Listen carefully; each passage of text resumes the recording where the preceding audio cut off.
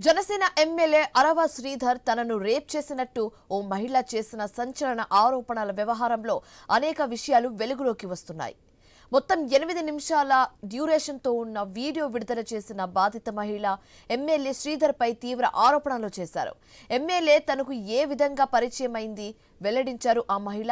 అలాగే తనతో ఎమ్మెల్యే చేసిన వీడియో చాటింగ్ వీడియోలు బయటకు వచ్చాయి. కారులోనే ఎమ్మెల్యే అరవ శ్రీధర్ అసభ్యంగా ప్రవర్తించారని చెప్పారు బాధిత మహిళ. కారులోనే అత్యాచారం చేసినట్టుగా వాపోయారు. ఆపై ఎవరికి చెప్పవద్దని ఎమ్మెల్యే బెదిరించినట్లుగా చెప్పారామె. నేను కార్ డోర్ ఓపెన్ చేయడానికి ట్రై చేశాను. అతను నా జుట్టు పట్టుకొని వెనక్కి లాగేసి నన్ను గట్టిగా కొట్టారు. 2-3 సార్లు కొట్టారు. చాలా గట్టిగా కొట్టి కార్ సీట్ని అడ్జస్ట్ చేసేసి నా మీదకి వచ్చేసి నన్ను చాలా బలవంతంగా రేప్ చేయడం జరిగింది. నేను అరవడానికి ట్రై చేస్తుంటే నన్ను చాలా గట్టిగానే కొడుతూ వచ్చారు. అలా నా మీద ఫస్ట్ అటెంప్ట్ జరిగింది.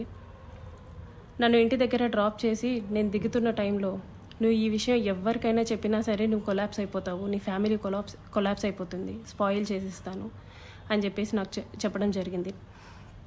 నేను ఆ భయంతో ఇంటికి వెళ్ళిపోయాను. నేను మా బాబాయ్ ఉంటాము. నెక్స్ట్ డే కూడా ఆయన కలుద్దాం, మాట్లాడాలి అని చెప్పేసి బెదిరిస్తూ వచ్చారు.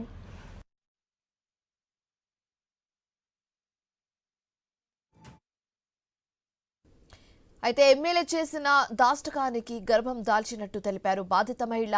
ఆ విషయం ఎమ్మెల్యే దృష్టికి తీసుకెళ్తే అబార్షన్ చేయించుకోవాలని బెదిరించినట్లుగా చెప్పారు.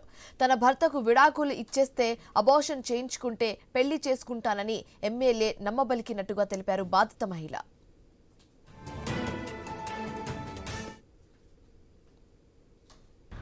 అలా నాకు ఆగస్ట్ ఎండింగ్లో నా ఫస్ట్ ప్రెగ్నెన్సీ అతని వల్ల వచ్చింది. ఈ విషయం నేను అతనికి చెప్పాను. చెప్తే అబార్షన్ చేయించుకో వెంటనే అనేసి అన్నారు. నేను అబార్షన్ చేయించుకోవట్లేదు, నీ వల్ల నాకు ఇంత జరిగింది, నేను అబార్షన్ చేయించుకోవట్లేదు అంటే అప్పటికి నన్ను బెదిరించారు. నువ్వు అబార్షన్ చేయించుకుంటే నువ్వు బ్రతుకుతావు, నీ ఫ్యామిలీ బాగుంటుంది, నీ ఉద్యోగం బాగుంటుంది, లేకపోతే నా గురించి నీకు తెలుసు అని చెప్పేసి చెప్పడం జరిగింది. నేను అబార్షన్ చేయించుకోను, ఎట్టి పరిస్థితుల్లో అబార్షన్ చేయించుకోను అనేసి నేను వాదించాను. ఒక 2-3 సార్లు 2-3 రోజులు నన్ను బాగా బెదిరించి తర్వాత అష్యూరెన్స్ ఇచ్చారు.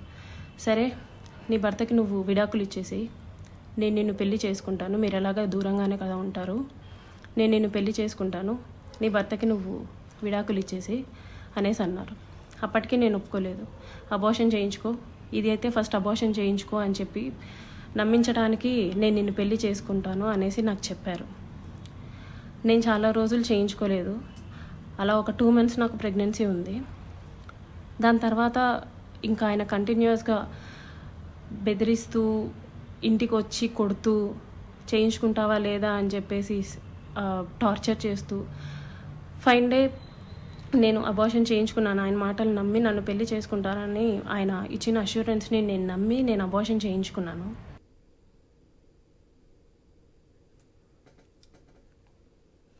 ఎమ్మెల్యే వల్ల దాదాపు 5 సార్లు అబార్షన్ చేయించుకున్నట్టు తెలిపారు బాధిత మహిళ.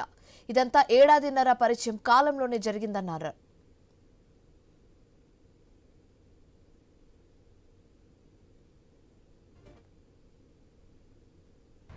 ఇలా ఈ 1.5 yearలో నాకు 5 అబార్షన్స్ అయ్యాయి ఆయన వల్ల. ఎప్పుడూ మా ఇంటికి రావటం, నాకు ఇష్టం లేదు అని చెప్పినా సరే నన్ను బలవంతంగా బయటికి తీసుకెళ్ళో లేకపోతే ఇంట్లోనో నన్ను కొట్టి మా వాళ్ళని బూతులు తిట్టి చాలా రకంగా నన్ను సెక్షువల్లీ అటెంప్ట్ చేయడం జరిగింది. నాకు తెలియని విషయం ఏంటంటే ఆయన నాకు తెలియకుండా మా వాళ్ళ నెంబర్స్, మా వాళ్ళ కాంటాక్ట్ డీటెయిల్స్, ఇంటి అడ్రస్లు ఇవన్నీ కనుక్కొని నా భర్తకి కాల్ చేసి నువ్వు ఆ పిల్లకి విడాకులు ఖచ్చితంగా ఇవ్వాలి, లేకపోతే నిన్ను, నీ ఫ్యామిలీని, నీ కొడుకుని ఎవరిని వదలను, అందరినీ చంపేస్తాను అనేసి బెదిరించడం జరిగిందంట. ఇది నాకు తెలీదు, ఈ విషయం నాకు తెలీదు. నా భర్త నన్ను తర్వాత కాల్ చేసి అసలు ఏం జరుగుతుంది అక్కడ అనేసి అన్నారు.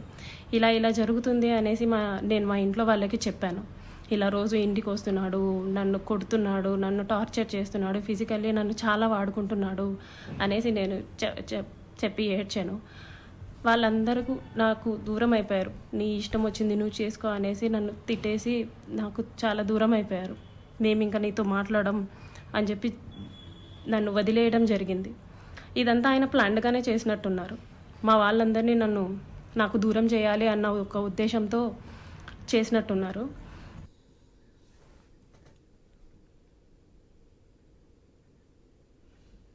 బులెటిన్లో షార్ట్ బ్రేక్ తీసుకుందాం.